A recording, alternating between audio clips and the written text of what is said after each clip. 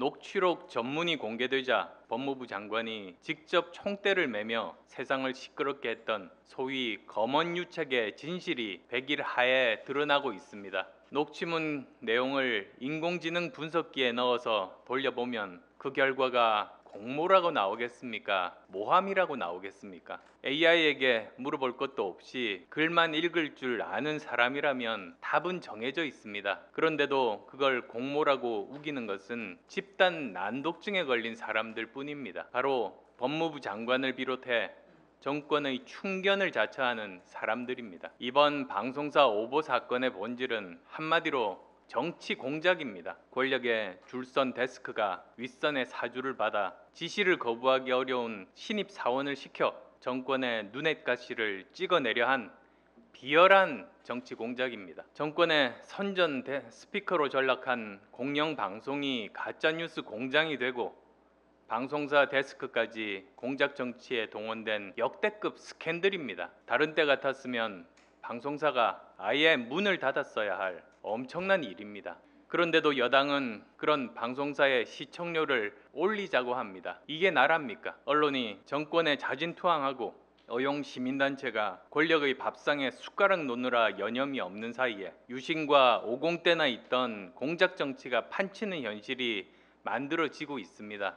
언론이 정권의 나팔수와 홍위병이 되면 그것이 바로 독재 정권이고 권위주의 정권이 되는 것입니다. 꼭 총칼 들어야만 권위주의 정권이 아닙니다. 날조와 공작, 선동과 갈라치기로 유지되는 정권, 바로 독재 정권입니다. 문재인 대통령에게 요구합니다. 지금의 권력 지형과 언론 환경이 유신이나 오공때와 도대체 무엇이 다른지 설명해 보십시오. 누군가를 역모로 몰기 위해 본 적도 없는 사돈의 팔촌까지 갖다 붙이던 왕조시대와 무엇이 다릅니까? 이번 날조 공작 사건이 유신 시절 죄 없는 대학생을 간첩으로 몰던 때보다 뭐가 얼마나 나은 건지 국민 앞에 당당히 말할 수 있습니까? 이번 사건은 단순한 국정농단 사건이 아닙니다. 민주주의와 국가 자체를 농단하는 국가농단 사건입니다.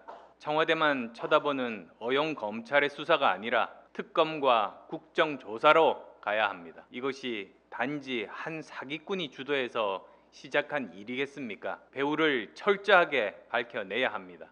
사법부에 요청합니다. 이 사건은 검언유착 사건도 단순한 오보 사건도 아닙니다. 사회의 공기인 언론을 타락시키고 정치적 목적을 가지고 공직자에게 모함의 굴레를 씌운 공작 정치의 끝판왕입니다. 의도를 가지고 그림을 그리고 지시를 내린 몸통을 찾아내 철저하게 단죄해 주시기 바랍니다. 이번 사건 관련 논란이 되고 있는 구속 결정문도 문제입니다. 구속 결정문에 법에도 없는 정치적 사항을 집어넣고 판단했습니다. 이렇게 법을 빙자한 정치 판사들의 정치 행위에 대해 법원은 공식적인 입장을 밝혀야 합니다. 정권과 친여 매체들의 윤석열 죽이기 공모를 차단하고 법치주의와 법 앞의 평등을 확립할 수 있는 곳은 오직 사법부뿐입니다. 검사조차 이런 공작과 모함의 대상이 되고 여기에 사법부마저 부하내동하게 된다면 법치와 민주주의는 무너지고 말 것입니다. 사안이 이처럼 중대한데도 사법부가 아무런 조치를 취하지 않는다면 전 정권의 사법농단과는 상대도 안 될 정도의 불명예를 감수해야 할 것입니다.